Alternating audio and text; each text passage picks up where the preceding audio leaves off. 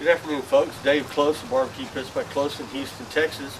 It's Friday evening at 5 o'clock. I think it's time to do a couple of steaks. I wanted to show you a couple of shortcuts. Now, this is one of my favorite grills.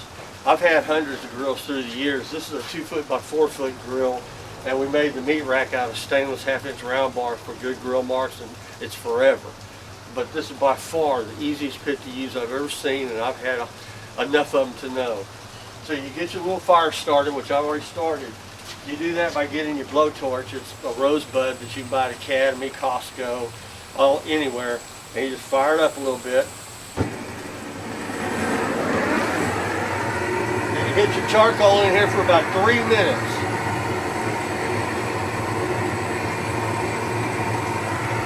I've already got it going because I lit it. I thought my girlfriend would be home a little bit earlier today, so I'd already started the fire. But once you get your fire going, take out your steaks, cut them out of the package. Now, a neat trick to doing steak, if you notice lately in the food stores, a ribeye is like $12, $14, which is off the hook. It's easier to go to like Costco, Restaurant Depot, get you one of those standing rib roasts. They're about $105, and you cut them yourself. You will get 15 or 16 1 3/4 inch steaks out of there, and you'll come out for less than $6, and you can't beat that. Just shrink wrap them, stick them in the freezer. So an easy thing here, all we want to do is grab some rub. I'm using my own brand rub, of course, but just get a good steak rub, anything will do, and give it a light coating on both sides.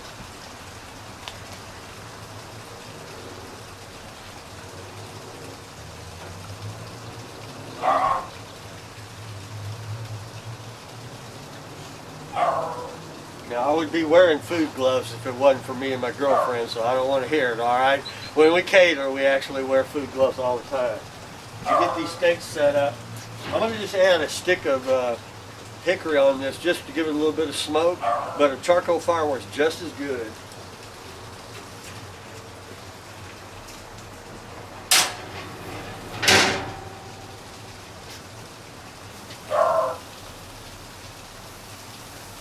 Set that thing up there, just close the lid, give it a little bit of air. That's all you're going to do. You're going to do about maybe, I'd say 7 minutes on each side, and you got a perfect steak, which I'm going to show you in a few minutes. We're probably going to be doing, it's a good weekend, real nice weather this weekend, so probably tomorrow or Sunday we're going to be doing a deal on ribs. I'm going to be coming out with a bunch of these videos in the future showing y'all shortcuts and how to select meat at the supermarket, as well as cooking brisket, ribs, chicken, bone-in chicken thighs, hoop sausage, all the standard fare for barbecuing and catering. We'll be doing some catering videos probably later on, because I've been catering 30 years on the road, and we've done mass quantities like 17,000 plates in 4 hours. We've been mostly feeding the troops, deploying and coming back for the last 15 years for Operation Barbecue. But that gave me the advantage of being able to cook hundreds of an item at one time. So that smoke smells good. I know it's getting in the camera, sorry about that. Y'all are downwind as usual. When you select your meat, you know, get decent cuts of meat, but if you cut it yourself, you're going to save a fortune. Carla and I last year in October slaughtered our own cow and pig. We came out with 1,000 pounds of meat wrapped and delivered for $2.50 a pound. You ain't gonna beat that. And you can tell them how you want it cut, how much sausage, how much ground beef, how many steaks. If you'll think back 40 years ago when you did bacon, when you cooked one piece of bacon in the kitchen, the whole house smelled like bacon all day long. That's what that is. Yeah, the packaged meat in the stores looks real good, but it has a lot of saline content, and I consider that to kind of defer from the flavor a little bit. Slaughtering a cow and a pig is the way to go, but if you don't have that kind of freezer space, it's easy to get a section of meat at Costco, Restaurant Depot, or one of those, and just cut it yourself. You're going to save half price, and that's a smart, economical way to do it nowadays. So once again, we're going to be grilling these about 5-6 minutes on each side, and then I got some ribs already out defrosting for this weekend's cook. When you pick a rib, I'll go over it briefly for a moment. When you pick a rib, you want make sure that they're as straight as possible. Because when you have a curved rack, it doesn't cook quite as well as if it's a real flat rack. And try and get them thick if you can, because that puts more meat on the bone and it always comes out really tender and juicy.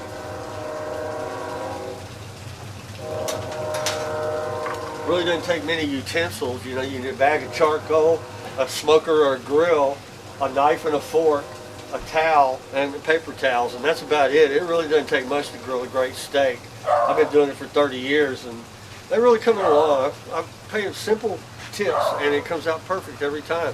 You want to hit it as hot as you can. Let's see how we're doing.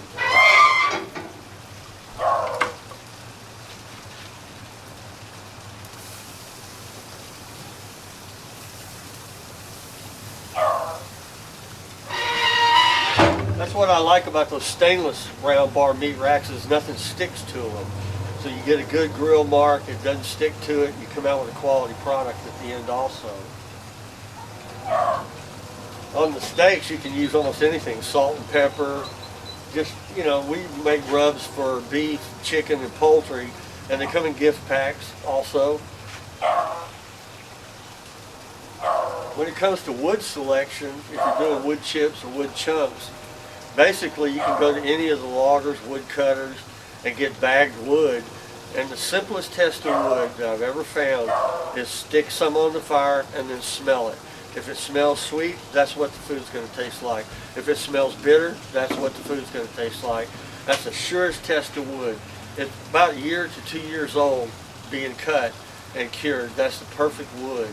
A lot of people for competitions will actually go to East Texas in the winter when the sap's lowest in the trees and have them cut the trees down then, and they'll save it 9 months and cure it themselves, and they have perfect championship wood for, you know, rodeo barbecues or whatever. Go Texan, different cook-offs around the country.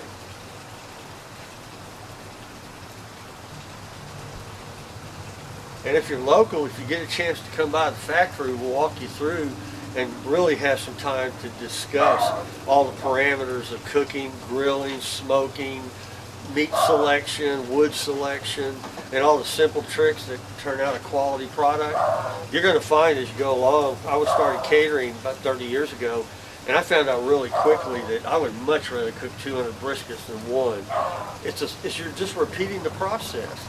You know, we get 150 briskets we did for the last catering gig. I got a tub, put 25 pounds of rub in it. Buddy of mine, cut open the packages, mopped them dry. I put them once on each side, stuck them in the pit. We had the pit completely loaded in 31 minutes flat.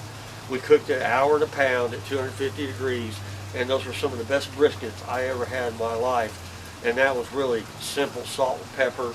You don't really need a bunch of fancy ingredients unless you're competition cooking, because the average public, you know, isn't a certified judge, and they don't really have a food profile to shoot at. And I think really good food to really great food is really a small parameter. It's not that much better. You know, there are a lot of things that people will do. I've seen them walk live hogs in to do whole hog and slaughter it and prep it 20 hours, you know, to do a hog, but it ain't that much better, you know. Most people have never eaten off a whole animal anyway, so it's just the thrill of seeing it and being able to carve up of it and hand it to your friends. It's really good to feed your boss like that because it's good for some brownie points.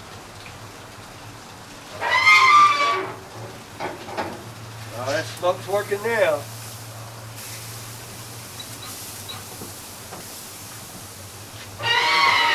Carla, how do you like yours? Like medium well. Medium well? Yes, please. I'll prefer medium rare every time. Let it where it melts in your mouth when you bite it. It reacts with the enzyme protein sugars in your mouth and it just liquefies the fat.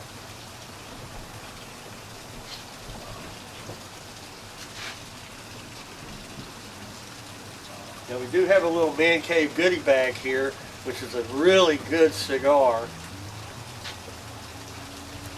And then a little bit of rum and some Coke for after. I can't really tell you what brand of rum it is because I don't have any sponsors. So here's to you.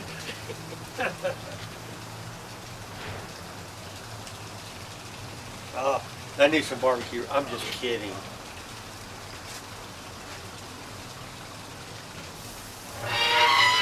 Yeah, people come in from all over the world, man. And I'll take them around to some of the local barbecue restaurants and give them a profile so they know what they're going to be aiming at when they go back to Austria or Switzerland, Germany. We've transported them probably now to about 28 countries. I spent 6 years on and off in Europe cooking, just kind of turning on the Iron Chefs and people like that to the barbecue. We even, in Ireland, when we went over there and won that, we actually took the 5-star chefs and showed them how to put chunk wood in the skillet and grill stuff in the skillet over their burners, and it would infuse the wood smoke flavors through the meats without having a smoker. They were fascinated by that, man. They loved it. They invited us back every year, made sure that we walked all their cooks through the kitchen to show them how to infuse flavors. I mean, they're trained chefs, but barbecue, they're not really trained at. They're more in culinary salon, food art style cooking. So this is a fascinating arena for them to start getting into.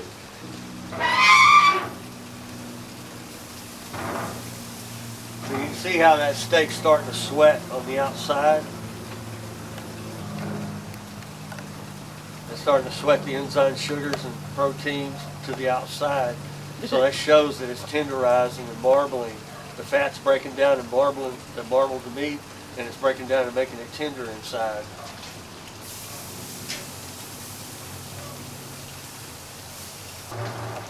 Oh yeah, that's getting tender now. Look at that fork just slides all the way through it. A little bit more on that side. And by the way you place it on there, hers is going to be well done and mine's going to be medium rare. You know, you can even move them away from the fire and just hold them for hours. You know, just hold the fire. That's the beauty of these one-room grills, is that you can do anything on them. You can even offset smoke on them, though we do make this design with an offset firebox also, and it comes in 22 sizes, up to 12, 14 feet. They come in complex units where you got a grill, then a smoker, then all kind of things. So they're what we call a combo kit. They can be built in line, they can be set in stone face, tile set, adobe. You know, we've been doing this stuff for decades, so it's really simple to know. We already know how to build it. All you got to do is get your designer to build the walls a couple inches wider than the pit. It just drops down on top. Man, I'm getting hungry. That is prime. This is just regular meat too. This isn't prime or anything. It's just straight choice right out of the store.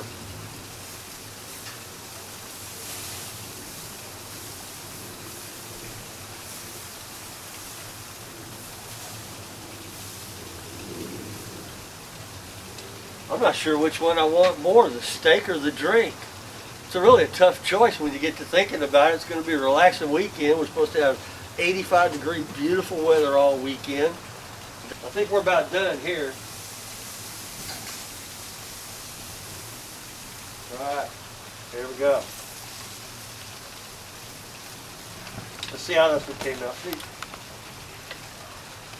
How's that? Does it look well enough for you, Carla?